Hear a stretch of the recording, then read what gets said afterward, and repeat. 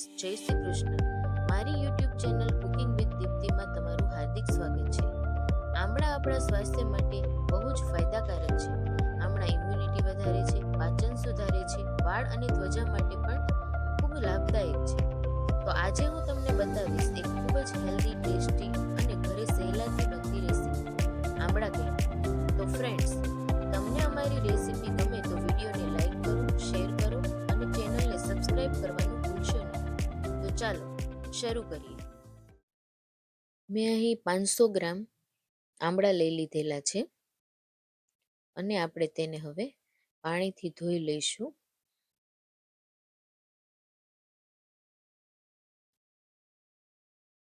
પછી આપણે તેને એક કપડામાં આમળાને લઈ લઈશું. હવે આપણે આમળાને આવી રીતે સ્ટીમ કરીને બાફી લેવાના છે. તમે પાણીમાં પણ નાખી શકો છો, એ રીતે પણ બાફી શકો છો, પણ હું અહીં આવી રીતે વરાળથી બાફવાની છું. હવે આપણે તેને ઢાંકણ ઢાંકી દઈશું.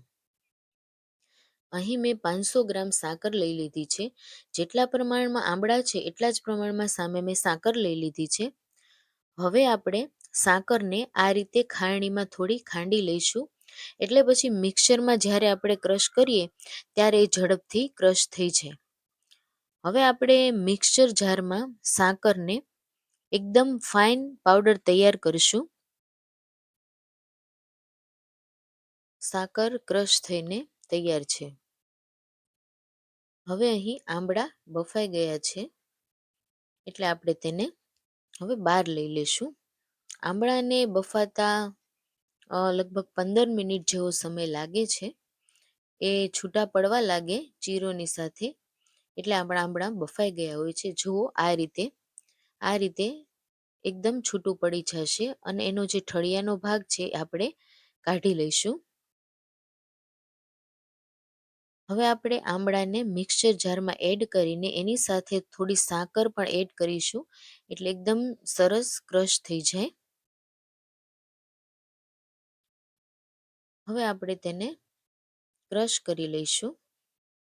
હવે ક્રશ થઈને આપણો પલ્પ તૈયાર છે. હવે એક પેનમાં આ આમળા જે ક્રશ કર્યા છે તે આપણે લઈ લેવાના છે અને એમાં હું સાકર એડ કરીશ. સાકર મેં થોડો એવો પાવડર રાખીશ કેમ કે લાસ્ટમાં આપણે કોટિંગ કરવાનું છે એટલા માટે. હવે આ બંને વસ્તુને મિક્સ કરી લઈશું. હવે આ મિક્સ થઈને રેડી છે. તો આપણે તેને અંદર કાંઈ પણ આમ ગંઠોળા ન રહે જાય ત્યાં સુધી એકદમ સરસ રીતે મિક્સ કરવાનું છે. મેં તેમાં 1 ચમચી મીઠું અને 1 ચમચી સંચળ પાવડર એડ કર્યો છે. તમે એમાં કોઈ પણ તમારી રીતે જે એડ કરવું હોય તે કરી શકો છો. ત્યાર પછી મેં તેમાં 1 ચમચી ઘી એડ કર્યું છે એટલે પેનમાં નીચે ચોંટે પણ નહીં અને એકદમ સરસ રીતે ચડી જાય. હવે એમાં મેં કોર્નફ્લોરની સ્લરી એડ કરી છે જેથી થિકનેસ વધે એટલા માટે. હવે આપણે તેને મિક્સ કરી લેવાનું છે. હવે આ જ્યાં સુધી પેનને ન છોડે ત્યાં સુધી આપણે તેને આ જ રીતે હલાવવાનું છે અને એ ધ્યાન રાખવાનું છે કે નીચેના ભાગ પર આ ચોંટી ન જાય. એ પેનને છોડી દેશે એટલે આપણું રેડી છે.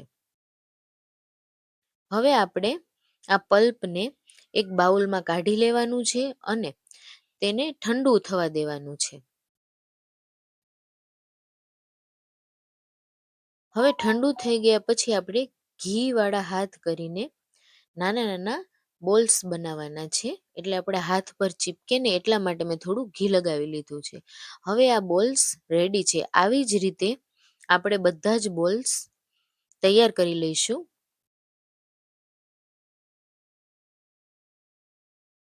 રેડી છે આપણા બધા જ બોલ્સ બનીને. હવે આપણે તેના પર જે સાકર હતો તેનો પાવડર આપણે એના પર છાંટશું એટલે એકદમ ચીપકે નહીં એકબીજા સાથે અને ટેસ્ટમાં પણ એકદમ સારું લાગે. રેડી છે આપણી આમળા કેન્ડી. આશા છે કે તમને આજની હેલ્ધી આમળા કેન્ડીની રેસીપી જરૂર ગમી હશે. જો તમને આજનો વિડીયો ઉપયોગી લાગ્યો હોય તો કૃપા કરીને લાઈક કરો, તમારા પરિવાર અને મિત્રો સાથે શેર કરો અને આવી જ નવી અને સરળ અને હેલ્ધી રેસીપી માટે મારા યુટ્યુબ ચેનલ કુકિંગ વિથ દીપ્તિને સબસ્ક્રાઇબ જરૂર કરજો. તમારા અમૂલ્ય સૂચનો અને પ્રેમભર્યા કોમેન્ટ્સ મને આગળ પણ સારી રેસીપી લાવવાની પ્રેરણા આપે છે. જો તમને કોઈ ખાસ રેસીપી જોવી હોય તો કોમેન્ટ જરૂર કરજો. ફરી મળીશું એક નવી સ્વાદિષ્ટ અને હેલ્ધી રેસીપી સાથે. ત્યાં સુધી રસોઈનો આનંદ લો અને સ્વસ્થ રહો. જય શ્રી કૃષ્ણ.